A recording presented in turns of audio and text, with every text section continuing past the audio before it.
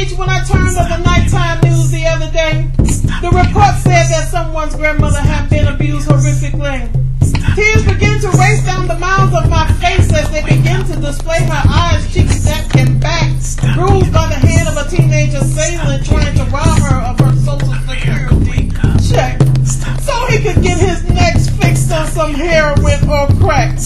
Every inch of her body that they were able to show was bruised and colored with deep hues of black, purple, and blues.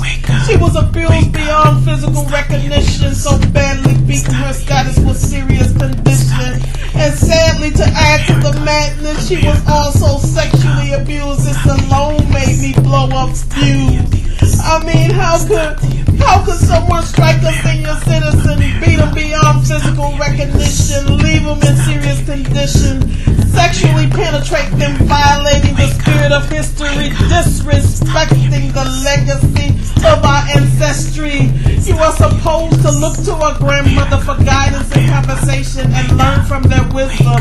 Listen to their stories of our past history and not destroy the hierarchy of the family tree, the sanctity of a bond that is shared with the grandmother by raping her of her innocence and insanity. This demented behavior should not go unnoticed. America needs to stop, look, and listen. Better yet, just pay attention.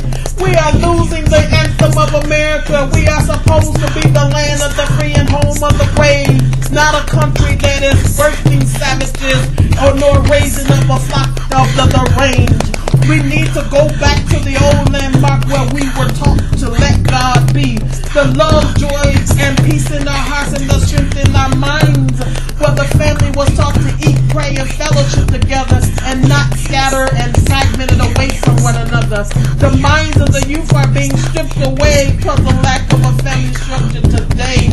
They are confused and lost and no longer being taught. The family structure has given up on them. No longer wanting to teach them in the ways that they should go. Now they are marching with the enemy, living life without dignity, disturbing the peace of their communities, abusing their freedom and privileges to walk as free agents in the land of the free and home of the brave, choosing to remain mentally enslaved by the mental bondage of evil with no thoughts of sowing good. And the only way to stop this cycle, the only way to stop the abuse is to noose evil by the neck and release it to its death. Take back the hearts and the minds of our youth by teaching, leading, and being an example to them.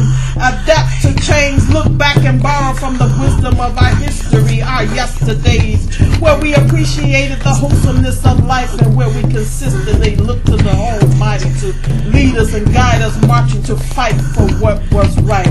And we were obliged to live a righteous life. Change will not be until we bind and destroy the stronghold of the enemy, free the minds of our youth and lead them to a life anew. If we just do our part by being a positive example, joining forces to fight for corrective change, then we can stop the abuse.